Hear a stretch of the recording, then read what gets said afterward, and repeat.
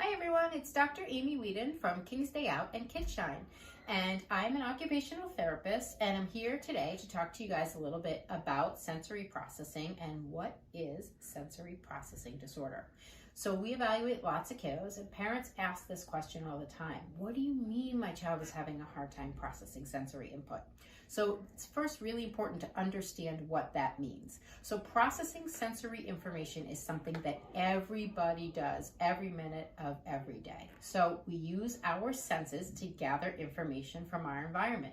We use our eyes with sight, we use our ears for sound, we do taste, touch, and smell. Those are the 5 senses that everybody knows about. There's also a couple more that occupational therapists talk about a lot as well. One of them is called proprioceptive input, also known as body awareness, and that is understanding where your body is in space. In order to navigate your environment, you need to know how to understand where your body is in space.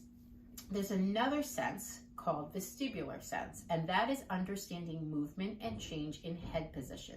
Again, in order to be able to functionally move around your space, you need to understand what movements your body is doing and why. And the last sense is called interoception. This is the 8th sense, or the hidden sense, and this is understanding your internal body signals. You need to know when you're tired, when you're hungry, when you're thirsty, when you're cold, hot, or when you're in pain.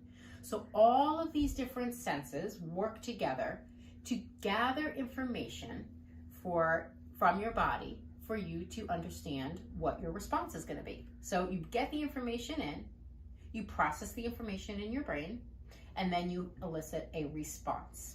This happens without you even thinking about it. Now, in some kids, and some adults too, sometimes you can be oversensitive to the information coming into your environment, or you can be undersensitive to the information coming in from your environment. And either of those 2 different things can make your response look a little bit different.